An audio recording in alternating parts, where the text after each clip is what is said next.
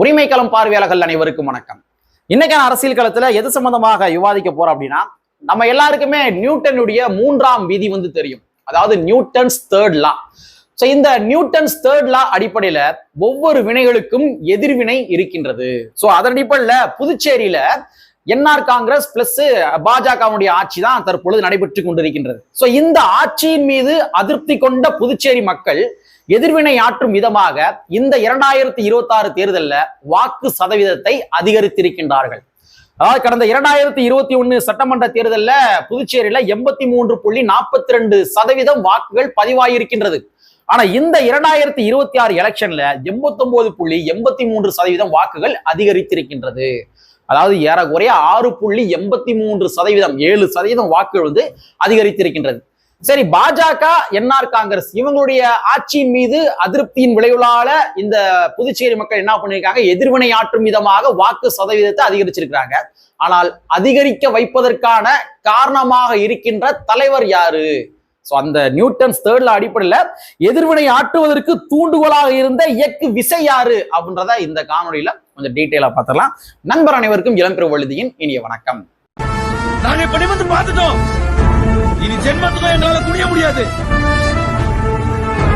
அதனால நாங்க சண்டை போட போறோம். புதுச்சேரியில 89.83% வாக்குகள் தற்பொழுது விழுந்திருக்குது. இது போன தேர்தலை விட 6.83% அதிகம். சரி, போன தேர்தல்ல வாக்கு சதவீதம் அதிகமாக இல்லை, ஆனா இந்த தேர்தல்ல வாக்கு சதவீதம் அதிகரித்திருக்கின்றது. அதற்கான காரணம் யாரு? எந்த தலைவனுடைய தூண்டுதல் அடிப்படையில் இவ்வளவு வாக்கு சதவீதம் அதிகரித்திருக்கின்றது என்பதனை பார்ப்பதற்கு முன்பாக முதல்ல புதுச்சேரி சம்பந்தமாக பேசிக்கா சில செய்திகள் மட்டும் பார்த்துருவோம். அதாவது புதுச்சேரியில மொத்தமாக 33 தொகுதிகள் இருக்குது. நம்ம தமிழ்நாடு மாதிரி ஒவ்வொரு தொகுதிகளுமே பெரிய பெரிய தொகுதியாக இருக்காது. புதுச்சேரி ரொம்ப ஷார்ட்டா, இப்ப தமிழ்நாட்டை ஒன்றியம் இருக்கு இல்லையா, அந்த ஒன்றியம் தான் புதுச்சேரியில ஒரு தொகுதியா இருக்கும். மொத்தமாக 33 தொகுதிகள். இந்த 33 தொகுதிகள்ல வெறும் 30 தொகுதிகளுக்கு மட்டும்தான் எலெக்ஷன் நடக்கும். சரிங்களா?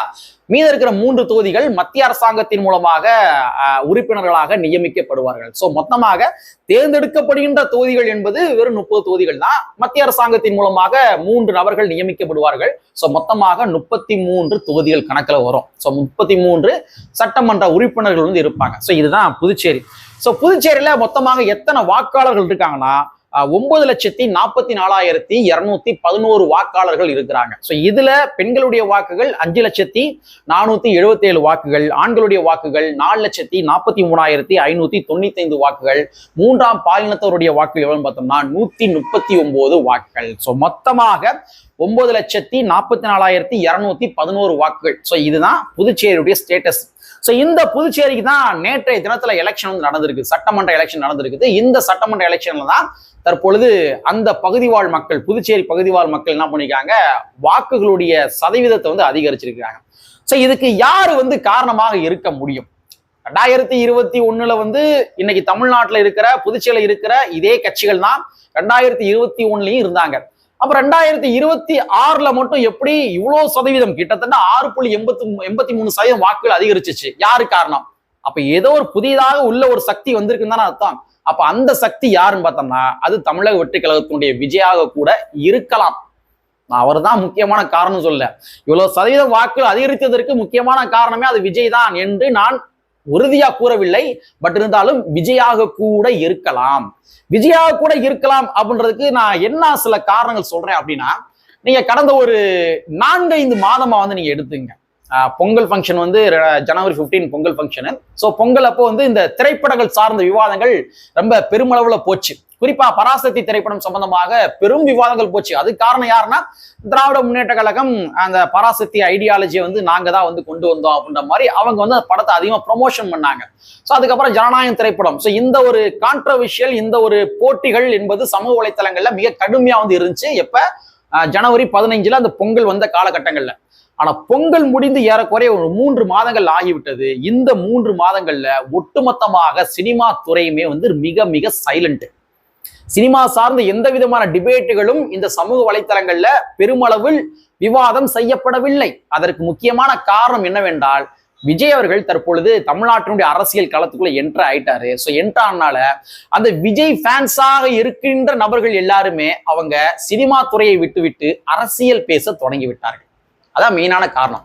இப்போ நீங்க விஜய் ஃபேன்ஸுடைய அவங்க வந்து முதல்ல விஜய் ஃபேன்ஸா இருப்பாங்க. நீங்க தற்பொழுது அவங்களுடைய ஐடியை கிளிக் பண்ணி பாருங்க. ட்விட்டர் வலைத்தளமாக இருந்தாலும் சரி, இல்ல ஃபேஸ்புக் வலைத்தளமாக இருந்தாலும் சரி, நீங்க அவங்களுடைய ஐடியை கிளிக் பண்ணி பாருங்க. சினிமா சார்ந்த செய்திகள் இருக்காது. அது வரைக்கும் அவங்க சினிமா சார்ந்த செய்திகளை பேசியிருப்பாங்க. ஏன் ஜனநாயக திரைப்படம் வருவதற்கு முன்பாக வரைக்கும் கூட இன்னும் வரல, அந்த ஜனவரி 15 வரைக்கும் கூட அந்த படம் வரும் எக்ஸ்பெக்டேஷன்ல இருந்தாங்க தெரியுமா, அது வரைக்கும் கூட என்ன பண்ணிருப்பாங்கன்னா அவங்க சினிமா சார்ந்த செய்திகளை பதிவேற்றங்கள் செஞ்சிருப்பாங்க. ஆனா அதற்கு பின்பாக கடந்த ஒரு 3 மாதங்களாக அவங்களுடைய ஐடிக்களை கிளிக் பண்ணி பாருங்க, அதுல எங்கேயுமே சினிமா சார்ந்த செய்திகள் இருக்கவே இருக்காது. இன்னும் சொல்ல போறாந்தா ஜனவரி 15 அந்த ஜனநாயக திரைப்படம் வரப்போகுது அப்படின்ற காரணத்துக்காக அந்த நேரங்கள்ல தான் தமிழக வெற்றி கழகத்தை சார்ந்த விஜய் கட்சியை சார்ந்தவர்கள் சினிமா சார்ந்த செய்திகளை போட்டாங்க. அதுக்கு முன்னாடி கூட பல மாதங்களா அவங்க சினிமா சார்ந்த செய்திகளை பெருமளவு பகிரவே இல்லை. சோ அப்ப இந்த சினிமா ஆடியன்ஸ் என்று சொல்லப்படுகின்ற அந்த ஒட்டுமொத்தமாக இருக்கின்ற அந்த மேன் பவர் இருக்கு இல்லையா, இளைய தலைமுறைகள். சோ அந்த இளைய தலைமுறைகள் அவங்க சினிமா பேசுவதை விட்டுவிட்டு அரசியல் பேச தொடங்கி இருக்கின்றார்கள். சோ அதனுடைய நீட்சிகள் தான் அவங்க சரியா அரசியல் பேசுனாங்களோ தவறா அரசியல் பேசுனாங்களோ அது வந்து தனியாக விவாதம் செய்ய வேண்டிய ஒரு டாபிக். ஆனா அவங்க அரசியல் பேச ஆரம்பிச்சாங்க. சோ அவங்க அரசியல் பேசலுடைய நீட்சியாகத்தான் தற்பொழுது வாக்குகளுடைய எண்ணிக்கை அதிகரித்திருக்க கூடும் அப்படின்றத நான் நினைக்கிறேன். அவங்களாலதான் அதிகரிச்சு அப்படின்றத நான் அறுதிட்டு கூற வரல. ஆனாலும் கூட இது ஒன் ஆஃப் த ஃபேக்டரா வந்து இருக்கக்கூடும். விஜய் கட்சியை சார்ந்தவரும் கூட ஒன் ஆஃப் த ஃபேக்டரா வந்து இருக்கக்கூடும். சோ அவங்க வந்து இப்ப பெருமளவு அவங்க வந்து அரசியல் பேச தொடங்கியதனுடைய நீட்சிகள் தான் இந்த 6.83% வாக்குகள் அதிகரித்திருக்கின்றது. சோ இந்த 6.83% வாக்குகள் என்பது அது முழுக்க முழுக்க தமிழக வெற்றி கழகத்தினுடைய வாக்குகள் என்று நான் கூறவில்லை. தமிழக வெற்றி கழகம் உள்ள என்ட்ரி ஆனதன் மூலமாக இவங்க மற்ற பொதுமக்களும் கூட ஒருவேளை எஜுகேட் ஆயிருந்திருக்கலாம், இல்ல விஜய் அவர்களுக்கு எதிராக கூட திரும்பி இருந்திருக்கலாம், இல்ல விஜய் அவர்களுக்கு ஆதரவாக கூட வாக்களிச்சிருக்கலாம், எப்படி வேணா இருக்கலாம். ஆனா அரசியல் களத்தை பொறுத்த வரைக்கும் விஜய் அவர்களுடைய என்ட்ரி என்பது மிக முக்கியமான ஒன்று. சோ அதனுடைய நீட்சியாக கூட 6.83% வாக்குகள் அதிகரித்திருக்க கூடும். மக்களே, நீங்க ஒன்னே ஒண்ணு மட்டும் தெரிஞ்சுங்களேன். அதாவது ஆட்டம் பாட்டம் கொண்டாட்டம் தாரதப்பட்ட ஓப்பனிங் ஷோ மச்சான் எனக்கு வந்து டிக்கெட் கிடைச்சிருச்சுடா, நான் வந்து 1000 ரூபா கொடுத்து வாங்கிருக்கேன்டா, டே நான் வந்து 700 ரூபா கொடுத்து தான் வாங்கினேன், நீ 1000 ரூபா கொடுத்தா வாங்கினேன். இந்த மாதிரி சினிமா சார்ந்த செய்திகள் மட்டுமே வந்து புறையோடி கிடந்த ஒரு இளைய தலைமுறை இன்று அரசியல் பேச ஆரம்பிச்சிருக்காங்க. அவங்க சரியா பேசுறாங்க தவறா பேசுறாங்க அதெல்லாம் வந்து ஒரு பக்கம் இருக்கட்டும், அது தனியா நம்ம விவாதம் பண்ண வேண்டிய ஒரு டாபிக். இல்ல விஜய் இன்னும் தீர்க்கமா அரசியல் பேசணும், விஜய் அந்த கட்சியை சார்ந்தெல்லாம் அரசியல் படுத்த, அதெல்லாம் வந்து இன்னும் நம்ம தீர்க்கமா விவாதம் பண்ண வேண்டிய டாபிக். ஆனா அரசியல் பேச ஆரம்பிச்சிருக்காங்க. சோ அப்படிங்கிற பட்சத்துல அந்த ஒட்டுமொத்த மனித வளம் இருக்கு இல்லையா, இந்த மனித வளம் இந்த மேன் பவர் வந்து அரசியல் பேச ஆரம்பித்ததனுடைய நீட்சிகள் தான் மக்களுக்கு பல தொகுதிகள்ல பல சாய்ஸ் வந்து உருவாயிருக்குது. கட்சி பார்த்து வேட்பாளர் ஓட்டு போட்டாங்க என்பதனையும் தாண்டி இந்த 2026 அரசியலை பொறுத்த வரைக்கும், தேர்தல் களத்தை பொறுத்த வரைக்கும் வேட்பாளர் பார்த்து வாக்களிக்கக்கூடிய ஒரு நிலை தற்பொழுது வந்திருக்கின்றது. வேட்பாளரை பார்த்து வாக்களிக்கக்கூடிய நபர்கள். ஏன்னா ஒவ்வொரு கட்சியில இருக்கின்ற முன்னாள் எம்எல்ஏவோ அது இன்னாள் எம்எல்ஏவோ அவங்க என்னென்ன ஊழல் பண்ணியிருப்பாங்க அப்படின்ற மாதிரி இப்ப விஜய் கட்சியை சார்ந்தவர்கள் பல லிஸ்ட் வந்து வெளியிட ஆரம்பிக்கிறாங்க.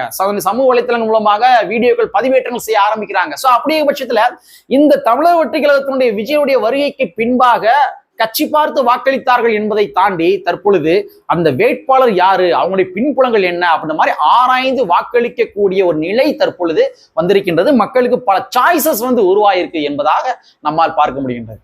மக்களே, தமிழ்நாட்டுடைய அரசியல் களத்தை பொறுத்த வரைக்கும், தமிழ்நாடு மட்டும் கிடையாதுங்க, பொதுவாகவே அரசியல் என்றாலே அரசியல் இல்லாம வாழ்க்கை கிடையாது. ஒரு தாயினுடைய வயிற்றுல கரு உருவாது இல்லையா, குழந்தை கரு உருவாது இல்லையா, அந்த கரு உருவாகி அது கடைசியில வந்து கட்டையில போற வரைக்கும், வளர்ந்து கட்டையில போற வரைக்கும் அரசியல் இருக்குது. ஒரு தாயினுடைய வயிற்றுல கரு உருவாகுது அப்படின்னா அந்த கருவுக்கு எவ்வளவு ஊட்டச்சத்து கொடுக்கணும், எவ்வளவு அரசாங்கம் எவ்வளவு பணம் போடுறாங்க, எவ்வளவு மருந்து பொருள் கொடுக்கணும், அந்த மருந்து பொருட்களுடைய கான்ட்ராக்ட் யாரு, சுகாதாரத்துறை அமைச்சர் யாரு, ஒருவேளை அந்த மருந்து பொருட்கள குறைபாடுகள் இருந்துச்சு அப்படின்னா யார்கிட்ட கம்ப்ளைண்ட் கொடுக்கணும், எந்த வகையில கம்ப்ளைண்ட் கொடுக்கணும். இந்த மாதிரி ஒரு தாயினுடைய வயிற்றுல கரு உருவாவதுல இருந்து அந்த கரு வளர்ந்து கட்டையில போற வரைக்கும் அரசியல் இருக்குது. சோ ஒரு இளைய தலைமுறைகள் வந்து ஒரு கேளிக்கை நிகழ்ச்சிகளில் ஈடுபட்டு இருந்தாங்க. ஆனா தற்பொழுது அவங்க அரசியல் பேச தொடங்கி இருப்பது என்பது வரவேற்க வேண்டிய ஒரு விடயம். நம்ம ஆரம்பத்துல இருந்தே நம்ம இதை சொல்றோம், ஒரு இளைய தலைவர்கள் அரசியல் பேச தொடங்கி இருப்பது என்பது ஆரோக்கியமான விஷயம். அவங்க சரியா பேசுறாங்களா தவறா பேசுறாங்களா அப்படின்றத நம்ம வந்து அடுத்து நெறிப்படுத்த வேண்டிய கடமை நமக்கு இருக்குது. அது ஒரு பக்கம். ஆனா அரசியல் பேச ஒரு தலைமுறையை உருவாக்குவதே பெரிய விஷயம். நீங்க சாதாரண தெருவுக்குள்ள போய் எப்பா இங்க வாப்பா உனக்கு அம்பேத்கர்னு யாரும் தெரியுமான்னு பேசி பாருங்க, ஆனா போயா அப்படின்னு போயிடுவாங்க. அவங்க அரசியல் படுத்த முடியாது. எப்பா பெரியார்னா யார், போய் அம்மா எனக்கு வேலை இருக்கே அப்படின்னு போயிடுவாங்க. இன்னைக்கு இருக்க இளைய தலைமுறைகள் அப்படிதான் இருக்கிறாங்க. ஆனா இன்னைக்கு வந்து அந்த அந்த இளைய தலைமுறைகள்கிட்ட நம்ம போய் பேசுவதற்கு நமக்கு ஒரு பிளாட்ஃபார்ம் வந்து கிடைச்சிருக்கு இல்லையா? அந்த அம்பேத்கரை பத்தி பேசுவதற்கு, பெரியாரை பத்தி பேசுவதற்கு, அவன்கிட்ட ஒரு இன்ட்ராக்ஷன் பண்ணுவதற்கு வந்து ஒரு பிளாட்ஃபார்ம், ஒரு பாலம் கிடைச்சிருக்கு இல்லையா? இந்த மாற்றம் வந்து நம்ம வரையறுக்க வேண்டிய மாற்றம். பட் இருந்தாலும் அவங்க அரசியலை சரியா பேசுறாங்களா தவறா பேசுறாங்களா அப்படின்றது நம்ம அடுத்த கட்டமாக விவாதம் பண்ண வேண்டிய ஒரு விஷயம். சோ புதுச்சேரியில வாக்கு வங்கிகள் அதிகரித்திருப்பதற்கு என்ன பொறுத்த வரைக்கும் தமிழக வெற்றிக்கழகத்துடைய விஜய் அவர்களும் கூட ஒரு ஃபேக்டராக இருக்கக்கூடும் என்று நான் கருதுகின்றேன். ஆனா அவர் தான் ஒன் ஆஃப் த ஃபேக்டர் என்று நான் சொல்ல வரல, இருக்கக்கூடும் என்பதை தான் நான் சொல்றேன். ஏன்னா இதுவரை நான் சொன்ன தருண அடிப்படையில் பாக்குறப்ப இந்த மாதிரி கூட இருக்கலாம் என்பதுதான் பார்க்க முடிகின்றது. சோ புதுச்சேரியில 89.83% வாக்குகள் பதிவாயிருக்கின்றது. இது போன தேர்தலை விட 6.83% அதிகம். சோ புதுச்சேரியில யார் ஆட்சி அமைப்பார்கள், யார் ஆட்சி அமைக்க மாட்டார்கள் அப்படின்றது ஒரு மிகப்பெரிய எதிர்பார்ப்பாக இருக்கின்றது. அரசியல் களத்தை பொறுத்த வரைக்கும் எது வேண்டுமானாலும், எப்பொழுது வேண்டுமானாலும், எந்த நொடி பொழுது வேண்டுமானாலும், கடைசி நொடி பொழுது வேண்டுமானாலும் என்ன வேணாலும் நடக்கலாம் என்பதனை கூறிக்கொண்டு கற்பி ஒன்று செயல் புரட்சி சென்று புரட்சியாளர் அம்பேத்கருடைய வரியை கூறிக்கொண்டு நிறைவு செய்கின்றேன். நன்றி, வணக்கம்.